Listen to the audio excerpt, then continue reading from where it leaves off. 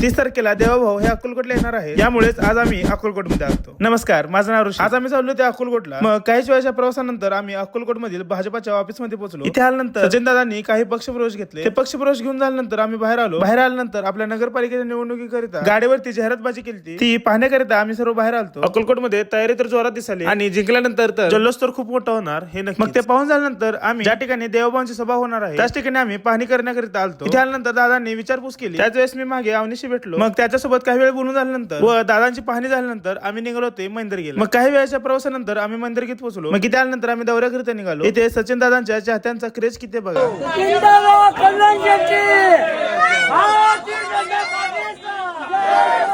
मग आम्ही पुढे आल्यानंतर मरगमामा देवींच्या मंदिरात आलो. तेच बारकी मीटिंग घेण्यात आली होती. अशा मीटिंग खूप झाल्या, आम्ही एक एक करत तुम्हाला दाखवतो. आम्ही प्रत्येक ठिकाणी गेल्यानंतर दादांनी मीटिंग घेतली व तिथले अडचणी सोडवल्या. आम्ही मंदिरगीमध्ये एकूण 6 ते 7 ठिकाणी गेलो आणि त्या सगळ्या ठिकाणी पक्षांची मीटिंग घेण्यात आली. त्या ठिकाणी बाबांचे व दादांचे सत्कार तर कंपल्सरी झाले. हा दौरा चालू आहे तोपर्यंत मी उद्याच्या देवाभाऊंच्या सभेची माहिती देतो. 30 तारखेला देवाभाऊ हे सकाळी 11:30च्या दरम्यान अक्कलकोट मध्ये येणार आहे आणि त्यांची सभा सुरू झाल्यानंतर ते पाऊण तासात माघारी जाणार आहे. याचा पार्ट 2 म्हणजे देवाभाऊंच्या सभेचा ब्लॉग जर तुम्हाला पाहायचा असेल तर मला कमेंट मध्ये कमळचा इमोजी टाइप करा. भेटूया आपण नेक्स्ट व्हिडिओ मध्ये. धन्यवाद.